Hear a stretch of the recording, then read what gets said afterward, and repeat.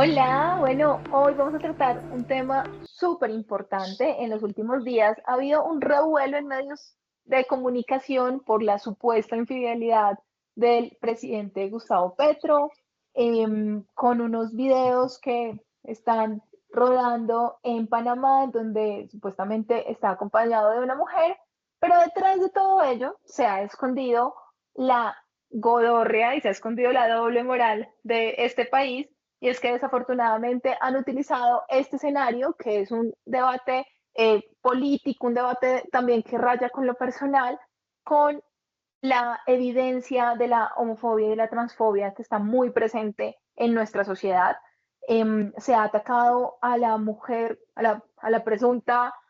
persona que acompañaba al presidente por su orientación, por sus decisiones sobre su cuerpo, pero también se han hecho unos ataques por la identidad de género a la que pertenece esa persona, que de nuevo pues no se ha confirmado nada, no se ha confirmado si es el presidente, si la otra persona, si era la presentadora que se mencionaba, pero lo que sí se ha prestado es para un escenario de muchos memes, de mucha comunicación que insiste y que reafirma, que actualiza la violencia por estereotipos y la violencia de género en contra de las mujeres trans, en contra en general de las personas con experiencia de vida trans. Entonces, hoy queremos hablar con nuestra amiga, activista, directiva en este momento del Ministerio de Igualdad, con Charlotte Callejas, que ha sido una mujer activista por los derechos LGBTIQ+, por los derechos de las mujeres, que además ha sido de las pioneras en consolidar la revolución y la garantía de derechos en el país, en la ciudad de Bogotá también, y que hoy pues está además trabajando un tema muy importante, que es la reivindicación y la garantía de unos derechos mínimos para las mujeres y para las personas en general que ejercen alguna actividad sexual paga. Pues Charlos, muchísimas gracias por aceptar este espacio, y hoy queremos que le contemos al país cómo hemos visto este escenario y esos mensajes al final, que es lo que traen detrás. Bueno, muy buenos días a todas las personas que nos siguen, que nos están en este momento observando, y sobre todo a ti, Lina, gracias por esta invitación y esta posibilidad desde la constancia para que analicemos qué está pasando en materia de lo que tiene que ver con los mensajes transfóbicos que circulan en redes sociales, y no solo en función de lo que tiene que ver con esta publicación alrededor de lo que tiene que ver con la imagen del presidente, sino también el mismo presidente lo ha manifestado. Tiene que ver con una lectura sistemática e histórica de las violencias que se dan en razón de la identidad de género o por prejuicio hacia las mujeres trans en los diversos territorios del país. El tema de la transfobia es un tema que hay que analizarlo a profundidad, que no a per se cuando circulan en redes sociales mensajes donde se minimizan a las mujeres trans, donde no se reconoce su identidad, donde se hacen comparativos a través de burlas, de chistes asociados a que las mujeres trans no son mujeres plenas, porque necesariamente no se hace la lectura de que la construcción del ser mujer no es solo una construcción biológica, sino que desde la propia biología y anatomía de los cuerpos y la genitalidad asignada al nacer, se generan toda una serie de atribuciones que terminan siendo estigmas o marcas asociadas a prejuicios a través de los que se han venido reforzando históricamente, y que un poco ubican a las mujeres trans en contextos de riesgo, de no vulnerabilidad o de violencias en torno a la materialidad de los derechos. Entonces me parece muy importante que podamos estar en este momento, estar hablando realmente de qué pasa y qué hay detrás de todo lo que se circula en redes alrededor de las mujeres trans y esa imagen de estigma, de prejuicios y negativas que se dan de nosotras. Bueno, yo quisiera que empezáramos por el origen, o cómo se hace, cómo esos discursos mantienen vigencia a pesar de que avanzamos normativamente, a pesar de que institucionalmente, por ejemplo, hoy contamos con el Ministerio de la Igualdad, que está haciendo unas apuestas significativas en todo el territorio para hacer la reivindicación, la visibilización de las organizaciones sociales, de las experiencias de vida trans, también un reconocimiento pues como de las capacidades y de los aportes que también han hecho al país y como darles el lugar más como sus experiencias como personas que por la identidad de género o por la orientación sexual que puedan tener, pero porque eso que avanzamos normativamente, porque a veces esa mayor comprensión que vamos teniendo de las problemáticas por odio, por violencia que se generan, no disminuyen estas reacciones en redes sociales, estas reacciones en contra por ejemplo, del presidente, que al final termina siendo un cuestionamiento como a la masculinidad del país, se ven como unas ofensas directas a lo que tienen establecido, porque no hay como una identidad y un avance al mismo tiempo entre la norma, entre las apuestas institucionales y lo que como sociedad sigue siendo válido y lo que como sociedad sigue siendo estereotipado. Todo bueno. Exactamente, tiene que ver como expresaba. Una cosa son los derechos que hemos venido conquistando las personas con orientaciones sexuales e identidades de géneros diversas a través de vía jurisprudencial o a través de apuestas que han tenido desde la rama ejecutiva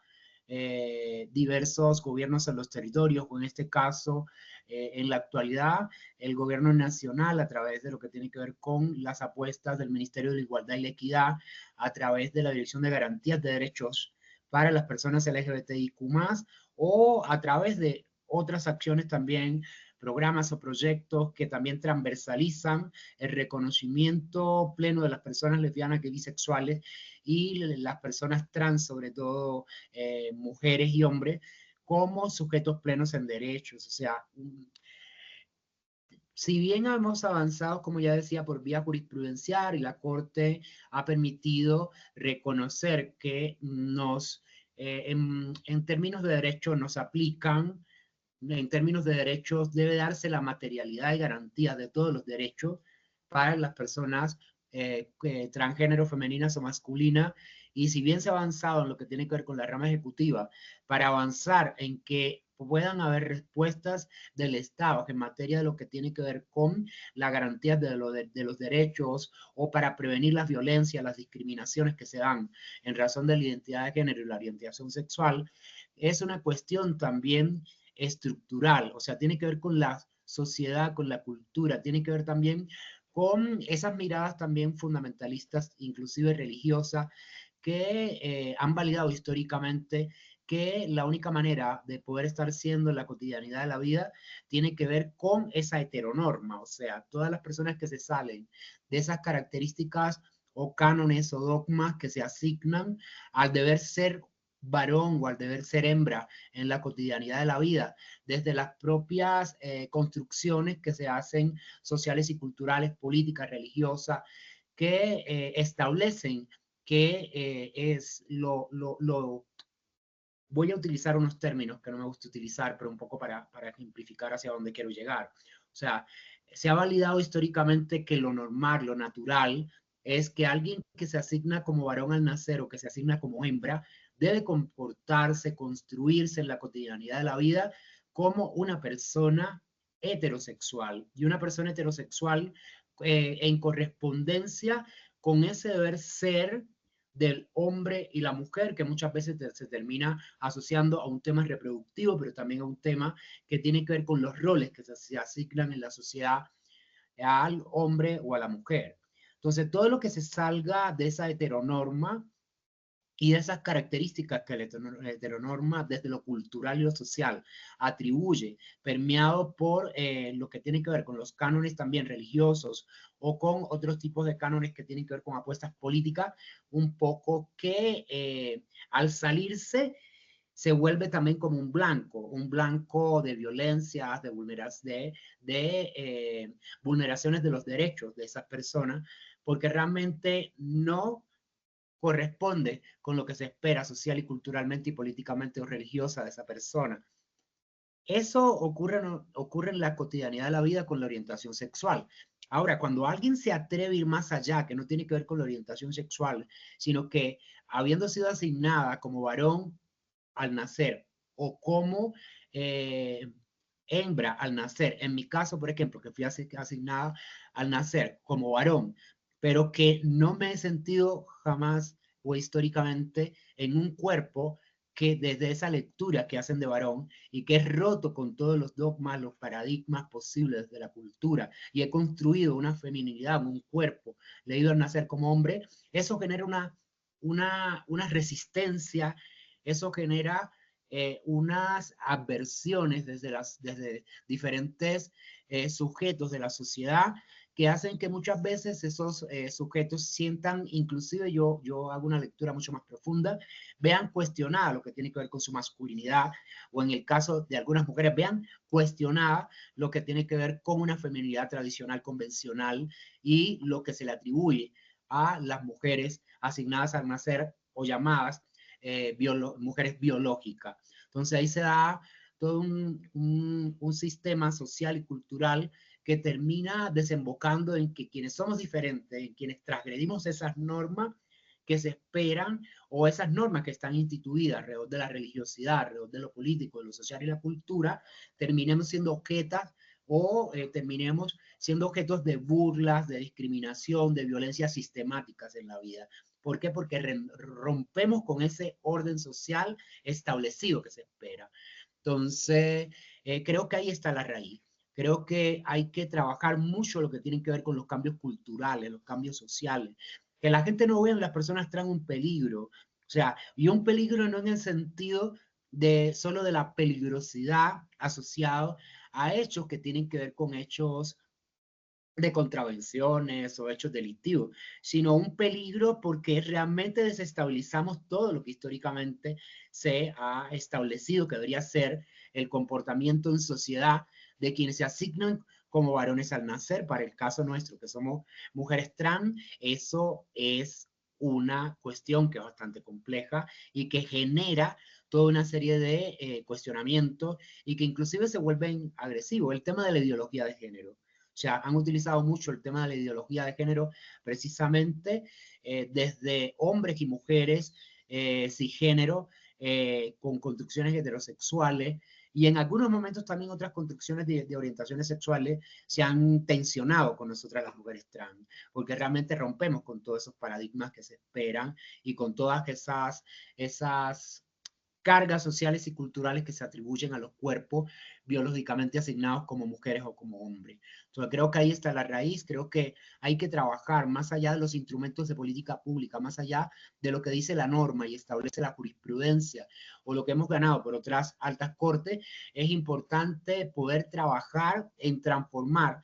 a lo que tiene que ver con la cultura y esos cánones que, culturales, sociales o dogmas que nos excluyen y que permiten que se den los actos de violencia sobre nuestros cuerpos o que se materialice la transfobia en la cotidianidad de la vida. Claro, y tú tocas un tema muy importante y es cómo eso genera como un estado de alerta a la sociedad, ¿no? Como dicen, hay la presencia de una persona trans y eso de alguna forma pone en riesgo mis dogmas, pone en riesgo lo que yo creo de mí, como en mi configuración, ¿no? De la identidad de género. Y acá se vuelve muy relevante porque además está poniendo en riesgo un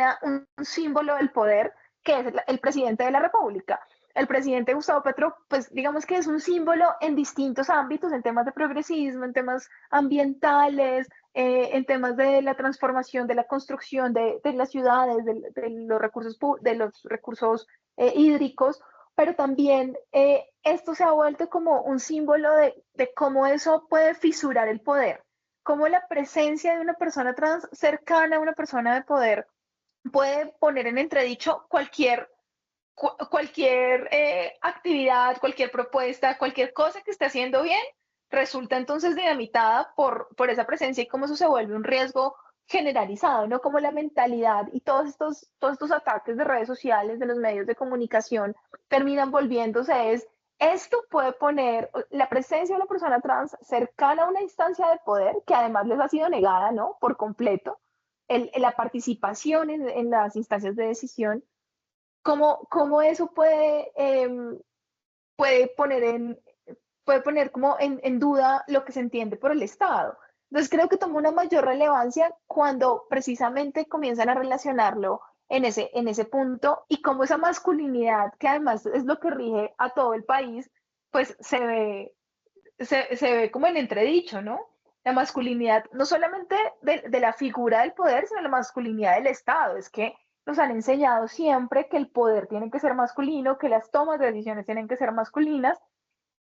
y cualquier actitud, cualquier performance que resulte en decir esto no es tan masculino, pues pone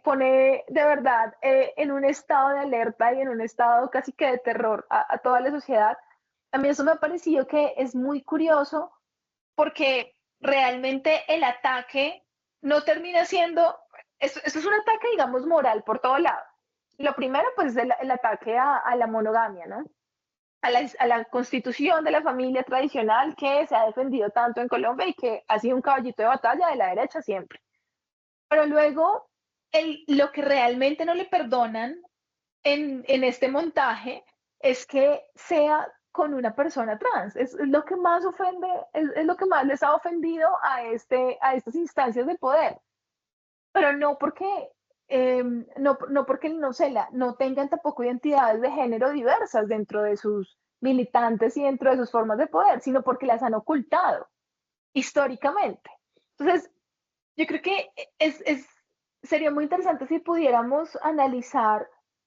cuál es la presencia de las diversidades en las orientaciones sexuales dentro de los gobiernos y dentro de la toma de decisiones, dentro del poder, y cómo sientes tú que se han ido abriendo camino o si por el contrario sigue siendo un escenario que es totalmente negado y que la presencia de mujeres trans como tú, que además tienen una muy buena hoja de vida, que tienen experiencia, que han dirigido, que se han probado pues como muy buenas gerentes, termina siempre siendo mayor la resistencia por esta transfobia a las capacidades realmente que se puedan aportar allí. Listo, bueno, primero quiero decir que alrededor, que voy a partir de expresar algo alrededor del montaje que se ha hecho sobre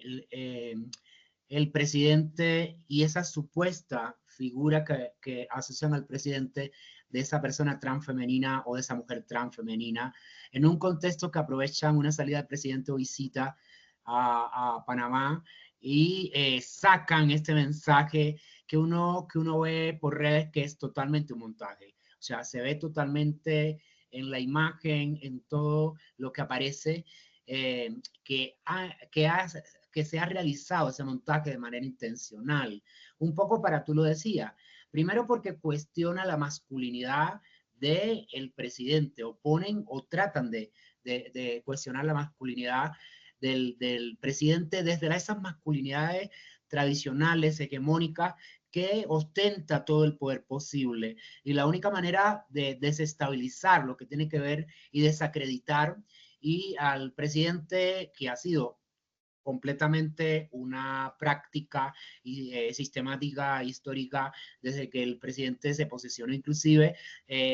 a través de manipular información, de utilizar cosas, de mentir, de manipular a la audiencia a través de las redes o de otros medios masivos de comunicación. Tiene también en este escenario de este montaje que se hizo un cuestionamiento alrededor de la heterosexualidad, alrededor de la sexualidad, alrededor de la figura de poder que representa el presidente y un poco para deslegitimar lo que tiene que ver también con los avances o las apuestas concretas que ha tenido el presidente alrededor de las garantías de derechos para todas las personas, incluyendo a la diversidad sexual. El presidente nunca ha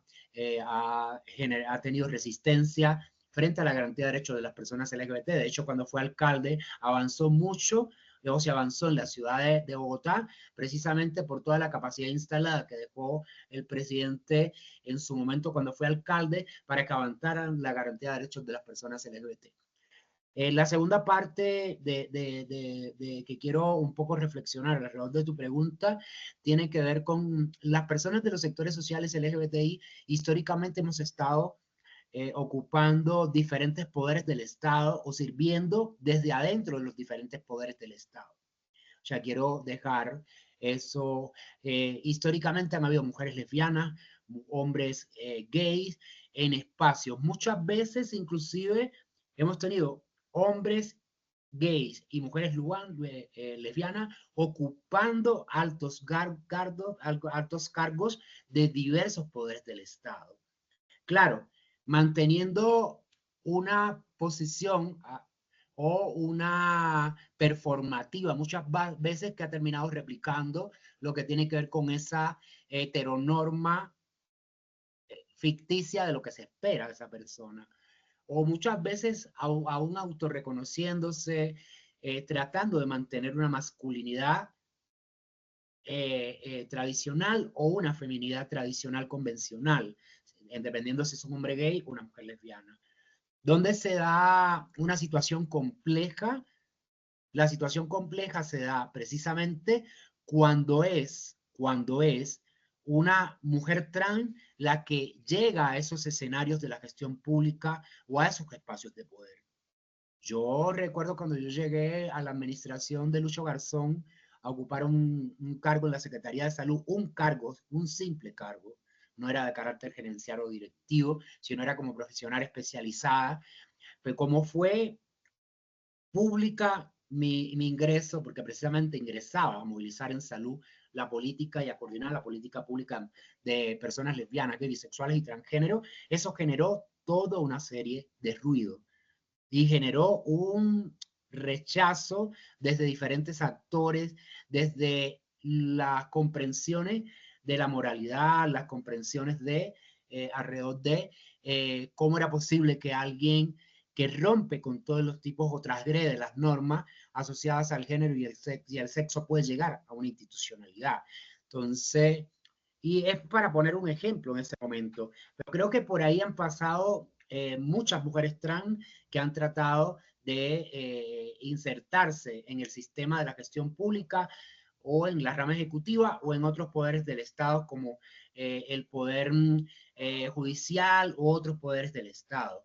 Entonces, eso ha generado tensiones. O sea, lo que yo he vivido, no solo lo he vivido yo, sino lo han vivido otras mujeres trans, inclusive que han ocupado cargos gerenciales. Cuando llegó Mati a ser secretaria de la mujer también en el eje cafetero, alrededor de ella se generó toda una serie de situaciones complejas. Lo mismo creo que haya vivido también Tatiana Piñero cuando ella ingresó a la administración de Gustavo Petro a ocupar cargos directivos en la alcaldía de Bogotá o cuando ella inclusive fue alcaldesa. Creo que esa presión constantemente la está viviendo las mujeres trans desde la sociedad y desde diferentes poderes que tienen que ver con lo social y lo cultural, o sea, todo el tema asociado también a resistencia que ejercen otras mujeres que corresponden a cierto feminismo o resistencia que tienen que ver con actores políticos o resistencias que tienen que ver inclusive con actores religiosos. Entonces creo que nosotras no nos ha sido fácil, pero no nos ha sido fácil no por nuestras capacidades, sino tiene que ver con lo que se nos atribuye en razón de nuestra identidad de género y todo lo que alma nuestra identidad de género y expresiones de género cuando llegamos a estos contextos o espacios de poder de la rama ejecutiva. Reciente, yo también viví momentos muy complejos cuando me posicioné en el gobierno nacional en prosperidad social. Eso fue, las redes se colapsaron de prosperidad social. A las horas de yo haberme posicionado en prosperidad social ya era tendencia, ni siquiera en el país, tendencia mundial y tendencia a nivel global por toda la violencia y las cargas de violencia, de los estigmas, los prejuicios que se desataron y los comentarios tan violentos alrededor de mi posesión. Y eso me acompañó buen tiempo también. Y lo mismo acaba de pasar cuando me posicioné en el Ministerio de Igualdad como directora para mujeres en actividades sexuales paga. Entonces yo creo que las personas lesbianas, gays, bisexuales, sobre todo las personas trans, cuando hemos llegado a estos escenarios que abiertamente nos autorreconocemos, pero que abiertamente y visiblemente, en mi caso, es imposible mimetizarme, como le es imposible al resto de las mujeres trans, hombres trans, puede pasar por CISPAS, algunos de ellos, pero muchos no necesariamente. Entonces, estamos desestabilizando no la sociedad y la cultura, sino un poder importante de la sociedad y la cultura que tiene que ver con la rama ejecutiva, y nuestra presencia allí incomoda. Entonces, empiezan a generarse toda una serie de violencias en los contextos digitales o en otros contextos que son agotadoras. Yo sé que tú recuerdas todo lo que yo viví en Prosperidad y cuando salí de Prosperidad salí reventada por los temas de violencia, pero también con una preocupación, unos miedos, unos temores, porque no solo nos afecta a nosotras en lo individual, afecta a toda una colectividad. La transfobia no solo tiene una afectación individual, sino también colectiva, y la transfobia no solo afecta en lo individual y lo colectivo a nuestra propia comunidad diversa, sino que también a nuestras familias que son heterosexuales o que son cisgéneros, eh, eh, también los termina afectando. Para mí, los miedos, los temores alrededor de mi mamá, alrededor de mi sobrina, alrededor de mi hijo, alrededor de mi pareja, alrededor de las personas que me rodean, de mi familia cosanguínea, es permanente el temor de que pueda pasar algo. ¿Por qué? Porque se llega a los extremos, no solo en lo digital, sino que a veces pasa de lo verbal y de lo digital escrito, de ofender, de minimizar, de ridiculizarnos,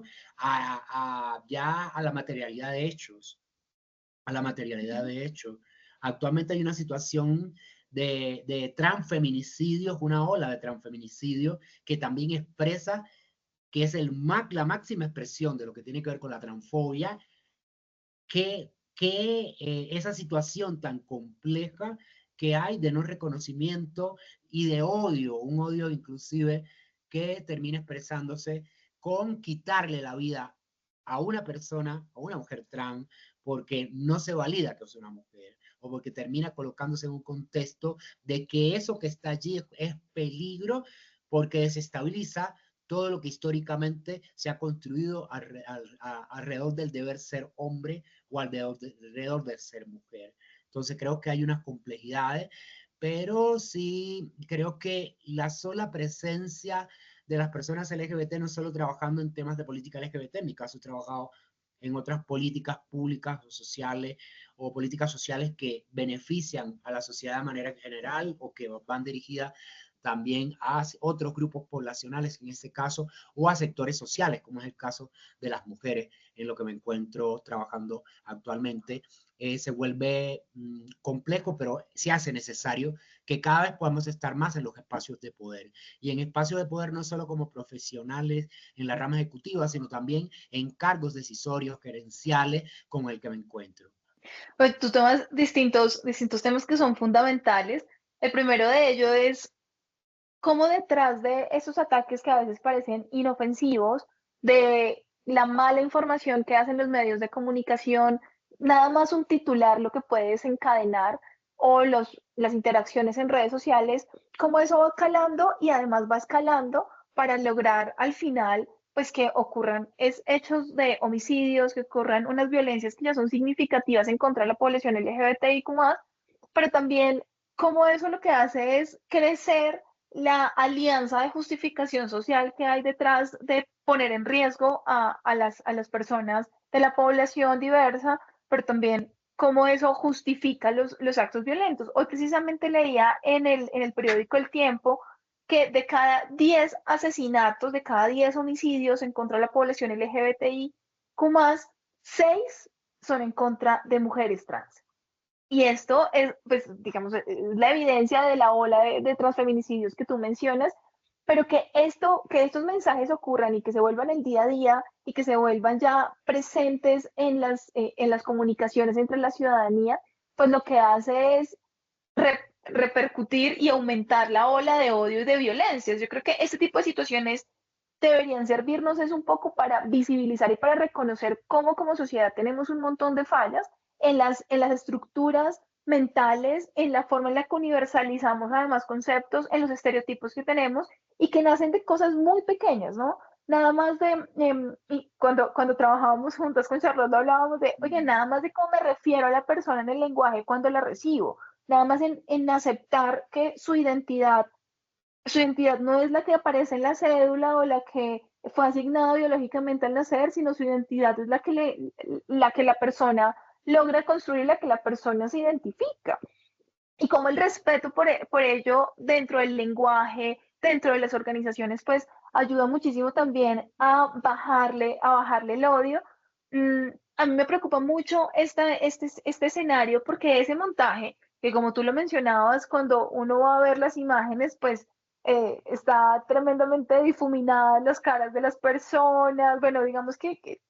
corresponde a muchas de las características de cómo se construyen las fake news en este país. eh, sí trae una intención detrás y es la intención de generar odio. Puede que sea la intención de generar odio en contra de un presidente que tiene una postura política y que hay otras personas que puede que no la compartan, pero de paso se llevan al odio en contra de las mujeres trans y de paso comienzan a decir, a justificar que toda esa violencia que ocurre está bien porque hay un rechazo generalizado del país. Entonces, yo creo que deberíamos tener la capacidad es de poder coger esta situación y decir, oiga, vean cómo este montaje está generando daño y cómo nosotros como sociedad podemos repararlo. Cómo una charla como esta puede ayudar a evidenciar oigan, las mujeres trans no le están pidiendo que estén en lugares de toma de decisiones solamente porque tienen una identidad de género u otra, sino porque son unas mujeres berraquísimas, que han estudiado, que han trabajado, que han construido otras políticas públicas, porque tienen unas capacidades humanas, profesionales, intelectuales, que tienen mucho que aportar a la sociedad, pero también porque hay que dejar de ocultarlas, ¿no? De pronto lo único bueno que nos puede quedar de este montaje es la visibilización de la existencia de mujeres trans que a veces intenta olvidarse, ¿no? Que a veces los medios, las redes sociales lo que intentan es decir como esto no existe. Y un poco la población más conservadora de nuestro país, la más goda, lo que quisiera hacer es como escondámoslo, pongámoslo en esta cajita acá como que no se note mucho y hagamos como si no existiera. Pero en realidad lo que necesitamos generar es una integración completa. Y allí, un poco también para ir cerrando, quisiera que nos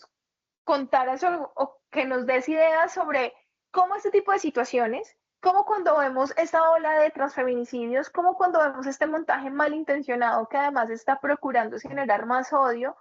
cómo ese tipo de ataques pueden resignificarse, no solamente en el discurso, sino pueden resignificarse socialmente para que en vez de reforzar una idea de odio y de estereotipo, lo que hagamos es decir, uy, puede hacer un proceso de reflexión, de crítica y a pensar distinto para poder ayudar a la sociedad, para poder poner mi grano de arena, para mitigar esas violencias y ojalá para ayudar a abolir por completo estas violencias por estereotipos. Bueno, yo creo importante para poder un poco desestructurar todo lo que tiene que ver con esos cánones culturales, sociales, que dan una imagen negativa o que atribuyen aspectos relacionados con estigmas o prejuicios negativos sobre las mujeres trans y sobre los hombres trans. Creo que han habido varias iniciativas que yo creo que han funcionado. O sea, en la medida que haya mayor presencia de personas trans en el ámbito laboral, en diferentes poderes del Estado, desde adentro también pueden ayudar a transformar. O sea, yo recuerdo una de las experiencias más gratas que yo tengo de mi paso por la Secretaría de Salud de Bogotá, desde todos casi 18 años que pude estar allá en la gestión pública. Creo que fue precisamente la mayor satisfacción que tengo, es que cuando yo ingresé a trabajar en la gestión pública en la Alcaldía Mayor de Bogotá, en la Secretaría de Salud, algunas personas pensaban de manera distinta o de manera negativa alrededor de lo que tiene que ver con una persona trans o alrededor de lo que tenía que ver con esa persona que rompe o que rompemos o que transgredimos las normas asociadas al género y el sexo. Entonces, y la mayor satisfacción que siento es que en la cotidianidad de la relación, del trabajo, de la presencia permanente, se logra transformar el entorno y a quienes están allá en el entorno laboral. Y mira que en algún momento había dificultades con algunas por sus creencias cristianas o algunas personas por eh,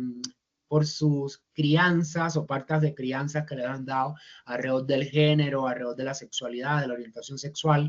que si bien al principio exhibían resistencia o eran cautelosos a la hora de relacionarse para que no se les atribuyera o ver debilitada su masculinidad, en el caso de algunos hombres, creo que la mayor enseñanza que me deja mi paso por allí es que muchas de esas personas terminan transformándose y transformándose para bien. O sea, empiezan a aceptar esa diversidad, esa diferencia. Me llegaron a reconocer plenamente como Charlotte en la cotidianidad de la vida, como una mujer trans valiosa por mis capacidades, por y algunas inclusive en algún momento se me acercaban y me decían, oye, mira, tú me cambiaste la vida. O sea, yo tenía una percepción distinta sobre las personas gays, sobre las personas trans, y tú lograste, y tenía mis precauciones alrededor de eso, porque mi crianza era totalmente católica o cristiana y no me permitía entenderte. Pero qué rico que con el tiempo logro respetarte, valorarte y me cambiaste mi mundo, porque ahora veo a las personas LGBT de una manera distinta y me acerco, construyo procesos alrededor de ellas o con ellas sin ningún tipo de rollo. Entonces, chévere, yo creo que esos ejercicios de transformar lo que tiene que ver con la sociedad, la cultura, los cánones inclusive religiosos y los cánones políticos, se pueden transformar con la presencia inclusive de propia de las personas LGBT. Y no pasa solo con las personas LGBT, también pasa con las personas racializadas, cuando están las personas negras, cuando demuestran sus capacidades profesionales, sus capacidades gerenciales, logran transformar de a poco el entorno donde se encuentran y las prácticas racistas, incluyendo las prácticas racistas. En nuestro caso pasa lo mismo. Esas prácticas de exclusión o de segregación o de no entendimiento de la orientación sexual o la identidad de género se logran transformar. Por eso creo que es importante que cada vez sean más visibles las personas trans en todos los diferentes poderes del Estado a través de la inclusión sociolaboral, que puedan llegar a cargos gerenciales importantes cuando tienen las capacidades y han hecho méritos para eso. No estoy diciendo que a per se tengan que incluirnos a las personas trans si no tenemos las capacidades en los diferentes poderes del Estado, pero si tenemos las capacidades, si tenemos la formación, si tenemos la experiencia y sobre todo muchas veces para trabajar en políticas públicas, la experiencia encarnada, creo que importante que esas oportunidades, porque no solo nos están dando una oportunidad a nosotras en lo individual, sino también en lo colectivo para transformar los diferentes poderes del Estado desde el ámbito laboral. Lo mismo pasa en los procesos. Yo creo que también habría que trabajar mucho en el entorno escuela. O sea, hay que trabajar mucho con las nuevas generaciones para que las nuevas generaciones logren entender la diversidad, la diferencia. La diferencia no es un peligro, la diferencia es una oportunidad. O sea, que haya diversidad de todo tipo, diversidad relacionada con las etnias, diversidad cultural, diversidad política, diversidad desde las orientaciones sexuales, las identidades de género, desde las sexualidades, desde lo que tiene que ver con todas las diversidades posibles de ganancia. Entonces creo que desde importante en la escuela poder transformar y poder transmitirle a los adolescentes, a los jóvenes, a las nuevas generaciones, que no hay que discriminar a nadie en razón del color de la piel, en razón de la clase social, en razón al capacitismo o al edadismo o en razón a la orientación sexual y la identidad de género. Creo que ahí está el mayor reto. Bueno, y cerremos con algo que dijo el presidente Petro en respuesta a este montaje, y es que la transfobia realmente es una problemática fuerte en este país, es una problemática central que genera odio, que además mata, que asesina vidas todos los días. Y es crees tú, cómo sientes que este gobierno, que es un gobierno que ha hecho una apuesta progresista, que es un gobierno que desde su plan de gobierno, cuando se le propuso a la ciudadanía, propuso que la diversidad no iba a ser un reto, no iba a ser el enemigo, sino que iba a ser un producto que nos construyera, iba a ser más bien es como una de las características del reconocimiento amplio de las voces de la sociedad misma y de la evolución pues de la relación, del relacionamiento entre las personas.